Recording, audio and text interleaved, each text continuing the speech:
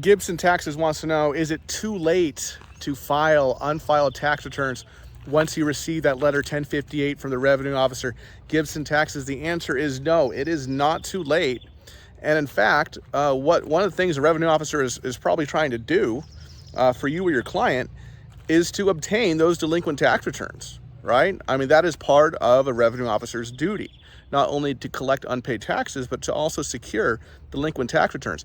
And if you look on the 9297, the summary of taxpayer contact that the revenue officer has provided you or your tax returns, it's probably right on there showing the delinquent tax returns that the revenue officer is trying to secure, right?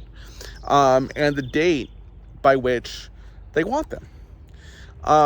And just because you received the IRS letter 1058 doesn't mean that you have lost the opportunity to file, these tax returns.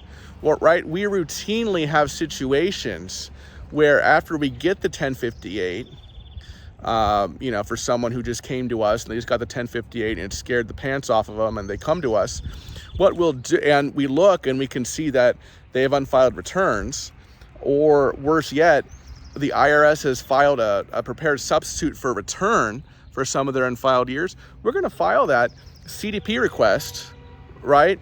And that would give us time to prepare these returns, right? Because especially in the SFR situation, it's not right for the IRS revenue officer to levy our client if it's based on a grossly overstated tax liability on an SFR for an unfiled year, right? Which is the situation that I think you're describing, where there's unfiled returns, IRS filed an SFR, now they're trying to collect on that SFR assessment.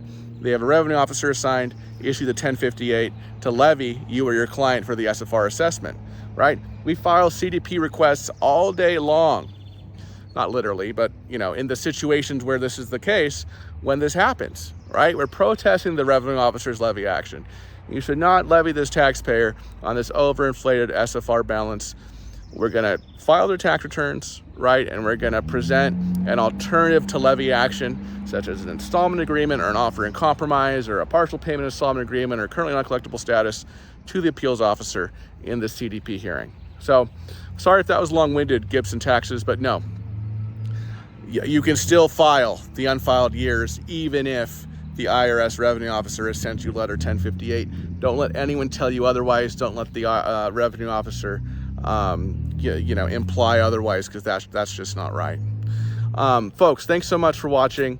If you have an IRS revenue officer assigned, you qualify for a free consultation with Choice Tax Relief, and you probably need one. Give us a call. 866-8000-TAX, 866-8000-829.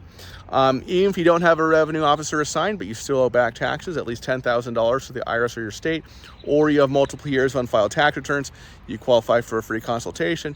Give us a call, 866-8000-TAX, that's 866-8000-829, or you can go to choicetaxrelief.com, fill out the form on the website, and we will reach out to you.